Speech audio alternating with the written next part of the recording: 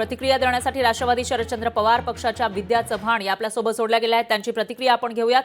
विद्याताई, एक मोठी माहिती समोर येते सूत्रांच्या हवाल्यानं, ती म्हणजे काही खासदार मवियाचे भाजपच्या गळ्याला लागल्याचं कळतंय. काय तुमची प्रतिक्रिया काय आहे यावर?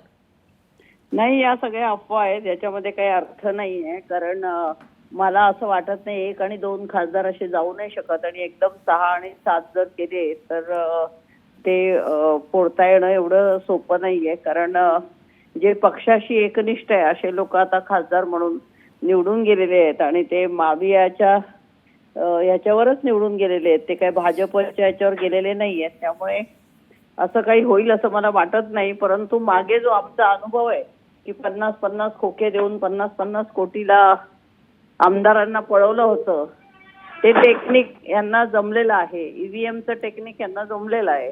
त्यामुळे तसं काही प्रयत्न ह्यांनी केले आणि त्याला यश आलं तर मला त्याच्याबद्दल काही बोलता येणार नाही आता. परंतु यांचा इतिहास जर बघितला भाजपचा, तर हे सगळे अशा प्रकारे धाकदपटशा दाखवणारे, कधी ईडीचा, कधी इन्कम टॅक्स धाडींचा. त्यामुळे असे काही गळाला लावण्याची शक्यता नाकारता येत नाही त्यांच्या बाबतीत. निश्चितच. विद्याताई, तुमचा हा मुद्दा लक्षात आलाय. दरम्यान धन्यवाद तुम्ही दिलेल्या या प्रतिक्रियेसाठी. लोकशाही मराठी ऐका, पहा, जागरूक रहा.